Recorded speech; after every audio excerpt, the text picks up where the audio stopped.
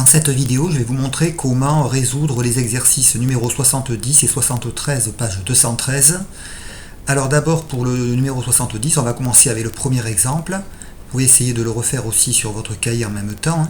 Grand Z est égal à petit z au carré moins conjugué de z au carré. On veut savoir, sans faire de calcul, si ce nombre complexe est réel ou imaginaire pur.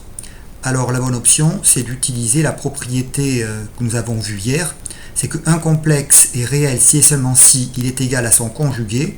Un complexe est imaginaire pur si et seulement si il est égal à l'opposé de son conjugué. Donc il suffit de faire ceci, donc de prendre grand Z et de calculer son conjugué. Donc c'est le conjugué de z carré, de petit z carré, moins z bar carré, et on conjugue le tout. On a vu que le conjugué de la différence est la différence des conjugués, donc ça fait z carré bar moins, alors z bar carré bar.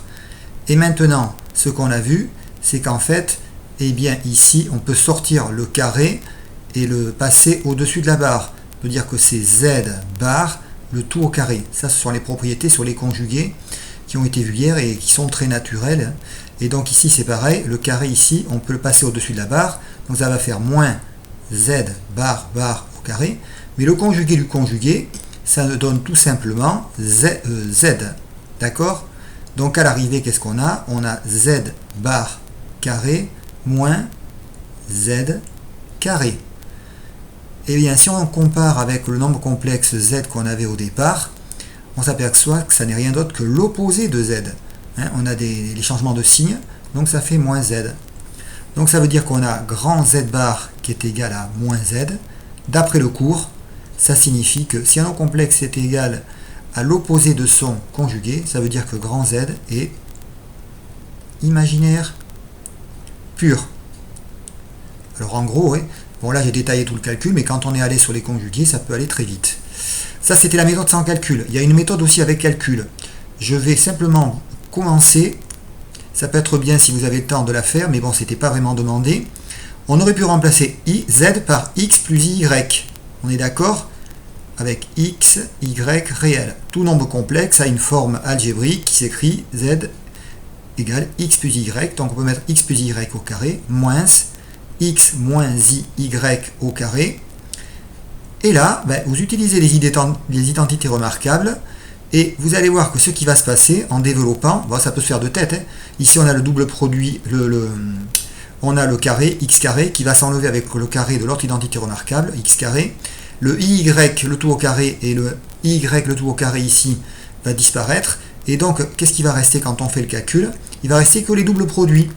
2i x, y, pour la première identité remarquable, moins, mais moins, puisqu'il y a le moins dans l'identité remarquable, moins le double produit, 2i x, y.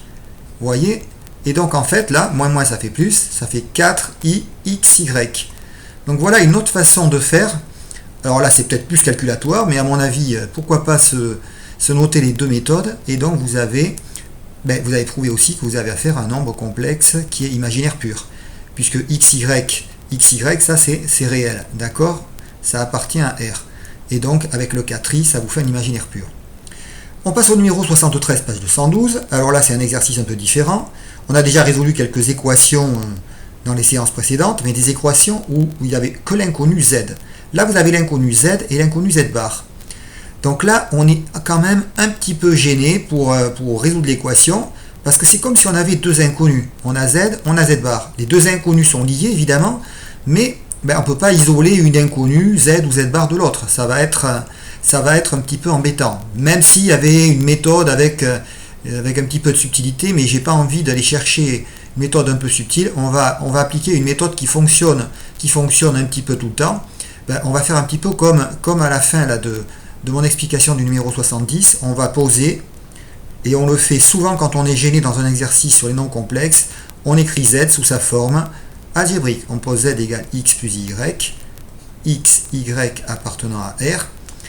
Ça permet en fait de remplacer l'inconnu z par l'inconnu x et l'inconnu y, et z bar, c'est x moins iy. Et donc là, votre équation, elle va être équivalente à quoi ? Si vous remplacez z par x plus y, ça fait x plus y, moins 2 facteur de x moins y, d'accord, égale 2i. Et là, on retombe sur une équation qui ressemble à celle qu'on a résolue la semaine dernière. On n'a plus de z, mais les inconnus sont x et y, qui sont des réels. Donc, comment on avait procédé l'autre jour? On va transformer le nombre complexe là, que vous avez à gauche, ce grand nombre complexe qui est là, on va d'abord l'écrire sous forme algébrique. Et ça va permettre, après à faire une identification entre les deux nombres complexes. Celui de gauche, celui de droite. X moins 2x. Je fais ça assez vite, ça fait moins x. Et là, vous allez avoir iy plus 2y. Donc ça fait y plus 2y, ça fait 3y. Le tout égal à 2i. C'est-à-dire que là, maintenant, vous avez une forme algébrique. Bon, alors, on a deux complexes identiques. Ben, je rappelle la règle. Hein. Je l'écris ici. Deux complexes sont égaux. C'est bien de la rappeler. Si et seulement si leur partie réelle et imaginaire sont égales. On est d'accord? Alors là, ben on va obtenir un petit système. Hein. On a la partie réelle de 2i, c'est 0, donc ça fait moins x égale 0. Et là, la partie imaginaire, c'est 3y pour le membre de gauche, pour le membre de droite, c'est 2. Conclusion, qu'est-ce que ça vous fait? Ben, ça vous donne, on va terminer assez vite, x égale 0 et y égale 2 tiers. Et ça y est, on a trouvé x et y. Il reste à conclure, tout simplement. Hein. Pas oublier, je le marque ici avec une autre couleur. La conclusion, c'est que la solution, c'est z égale 0 plus i fois 2 tiers. Conclusion, le nombre complexe solution, c'est 2 tiers de i. Voilà.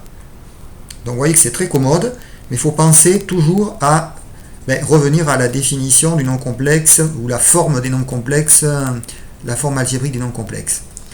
Voilà pour cette vidéo. Et bien avec ceci, je pense que vous allez pouvoir faire facilement les derniers exercices.